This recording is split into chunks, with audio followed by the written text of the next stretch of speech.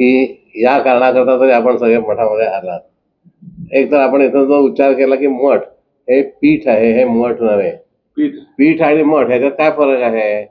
जिथं शंकराचार्य जाऊन राहिले त्याला मठ म्हणतात आणि जे त्यांनी स्थापन केलं त्याला पीठ म्हणतात. हे पीठ स्वायत्त आहे. इथल्या इथं निर्णय आम्ही कोणत्याही पद्धतीने घेऊन लोकांना जाहीर करू शकतो. अर्थात त्याला पुरावे असल्याशिवाय घेता येत नाही निर्णय आम्हाला सुद्धा. त्याला पुरावे द्यावे लागतात. आता या ठिकाणी विवाह संस्काराबद्दल आपल्याला सांगितलं का आपण कधी जाणून घेतलं का विवाह हा संस्कार म्हणून? आम्ही विवाह हा महोत्सव करतो पण त्याचा संस्कार म्हणून कधी त्याच्याकडे बघतो का? त्याच्याकडे संस्कार म्हणून जर बघितलं तर ते इतकं चांगलं नातं आहे की त्याच्यामध्ये एकदा अक्षता पडल्या की त्यामध्ये दोन काय होतात, वर आणि वधू जे आहेत ते वर आणि वधू हे काय काय म्हणतात आपल्या भाषेमध्ये म्हणजे पती आणि पत्नी बनतात. पती आणि पत्नी. पती शब्दाची व्याख्या काय आहे? पती शब्दाची व्याख्या शास्त्रानं करताना केलेली आहे की पाती इति पती, जो त्या समोरच्या जीवाचं रक्षण करतो. रक्षण म्हणजे शरीराचं केवळ नव्हे, त्यांना जन्ममरणाच्या फेऱ्यातनं रक्षण करतो तो पती असतो. आणि पत्नी शब्दाची व्याख्या करताना अशी केलेली आहे की पतनात त्रायते इति पत्नी, जी आपल्या नवऱ्याचं धर्ममार्गापासून पतन होऊन देत नाही तिला पत्नी म्हणून घ्यायचा अधिकार आहे. हे धर्मशास्त्राचं महत्वाचं आपल्या लक्षात घ्या. इथं काय आहे, आता आपण बऱ्याच ठिकाणी बऱ्याच चुकाही बघत असतो, करत असतो, म्हणजे थोडक्यात म्हणा. पण इथं आता 29 तारीख काढली, हे काय गैर आहे का? मुळामध्ये ही गैर नाही. आपल्याकडं ज्या वेळेला आपण सगळे संस्कार करतो त्यावेळेला एखाद्या घरामधला एखादा जीव गेला तर तिथं 12व्या दिवशी किंवा 14व्या दिवशी एक सपिंडीकरणाचा विधी केला जातो आणि सपिंडीकरण झालं की मग एक उदक शांत किंवा शांतोदक केलं जातं. हे कशासाठी आहे?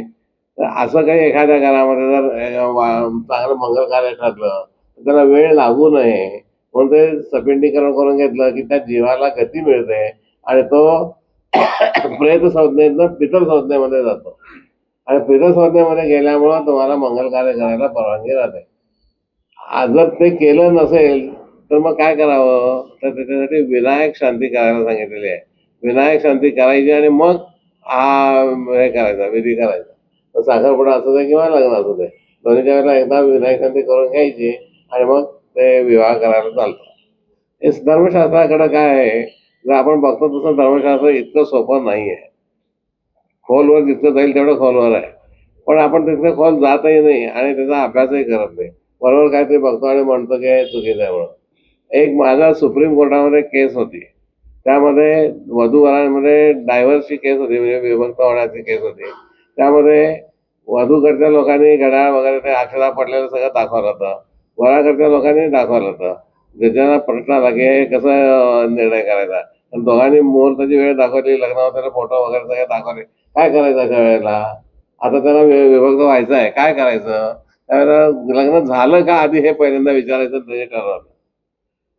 पण लग्न झालं का म्हणून सांगणार कोण? वधूचे लोक म्हणाले झालं, वराचे लोक म्हणाले नाही झालं. मग काय आहे, धर्मशास्त्र इतकं खोलवर आहे की ज्या वेळेला लग्नामध्ये सप्तपदी होते आणि त्या दोघांची मस्तकं एकमेकाला लावली जातात, वधूचं आणि वराचं एकमेकाला मस्तक चिकटवलं जातं, त्यावेळेला लग्न संपन्न होतं. केवळ अक्षता टाकल्या म्हणजे लग्न नाही. आणि या बेसवर त्या सुप्रीम कोर्टाने त्यावेळेला निकाल दिलेला आहे. काय आहे याचा अर्थ? दोन डोके एकमेकाला लावणं याचा अर्थ काय आहे? दोघांची बुद्धी एक करणं आणि एका बुद्धीनं दोघांनी चालावं, हा त्यातला विषय आहे महत्वाचा. आपण करतो का तसं? खरं तर आता या व्याख्या आपण ज्या बघितल्या, पत्नीनं नवऱ्याचं पतन होऊन द्यायचं नाही याचा अर्थ आपण एक लग्नामध्ये शपथ पण घेतलेली असते. वधूचा हात आपल्या हातात घेत असताना तिला एक शपथ दिलेली असते की धर्मेच अर्थेच कामेच नातीचरामी. धर्म कार्य करायचं असेल, अर्थ मिळवायचा असेल आणि विषय भोगायचा असेल तर तुझ्या परवानगीशिवाय मी काहीही करणार नाही. वागतो का आपण तसं? खरं तर तसं जर वागलं तर कुठल्याही तऱ्हेची न्यायालयांची गरज नाही. एकमेकाला एकमेक पूरक असणारं हे आपलं शास्त्र आहे, त्यामुळे इथं बाकीच्या काहीची गरज राहत नाही. अशा ठिकाणी आता हे 29 तारखेचं कार्य करायला काहीही हरकत नाही. फक्त त्याच्यामध्ये विनायक शांती तेवढी आधी करून घ्यावी, म्हणजे त्याला त्याच्या आधीचे संस्कार काय झाले मला माहिती नाही आहे. किंवा त्याचा संसाराचा उल्लेख पेपरमधून मी कधी आला नव्हता तो काय संसार केले ते. त्यामुळं आता आत्ता जो सल्ला द्यायचा असेल तर पहिल्यांदा विनायकशांती करून घेऊन साखरपुडा करायला हरकत नाही. दुसरं शास्त्र आणि व्यवहार असा आहे की जर तुम्ही साखरपुडा करून ठेवला म्हणजे त्याला इंग्रजीमध्ये एंगेजमेंट म्हणतात ते करून ठेवलं तर किती दिवस पुढे ठेवावं. आता इथं आपण जुलै महिन्यामध्ये करणार एंगेजमेंट करणार आणि लग्न जर फेब्रुवारी मार्च एप्रिलमध्ये करणार असेल तर हे थोडंसं आपल्या शास्त्राच्या दृष्टीनं चुकीचं आहे. काय केलं पाहिजे तर जास्तीत जास्त 1 महिना 1.5 महिन्याच्या लग्नाच्या तयारीला म्हणून वेळ दिला जावा आणि त्याच्यानंतर लग्न व्हावं ही एक अपेक्षा आहे.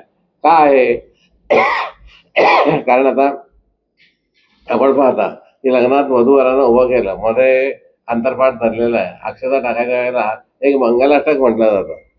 काय म्हटलं जातं की दृष्ट वधू वरा न करणे दोघे करावी उभी. काय हो आधी किती वेळा फिरून येतात हे लोक. मग हे योग्य आहे का. त्याच्यासाठी वेळ घालवायचा नाही म्हणून त्यांना लगेच त्याच्यात हे करायचं असतं. आणि त्याच्या पलीकडची त्याच मंगलाष्टकामध्ये आणखीन एक गोष्ट आहे ती की वाजंत्री बहु गलबला न करणे असं म्हटलं की वाजवायला सुरू करतात.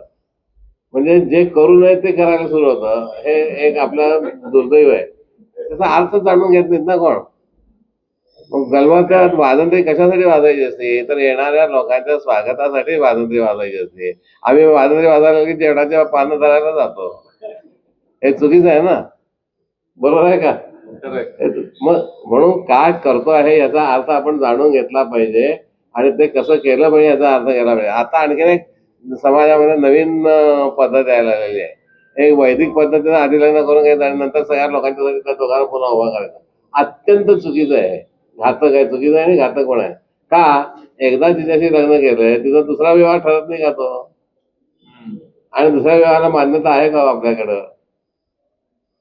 मग हे चुकीचं आहे की नाही. आणि एकदा पहिल्यांदा ती लग्न करून जर त्या घरात गेली असेल तर त्या गोत्रातली ती झाली म्हणजे पुन्हा दुसऱ्यांदा विवाह करताना ती सगोत्री विवाह होतो. धर्मशास्त्राच्या विरोधात जातं सगळं. हे असं नको आहे व्हायला. खरं तर कुठनं काय काढतात काय आम्हालाही काय कळत नाही याची अवस्था आहे.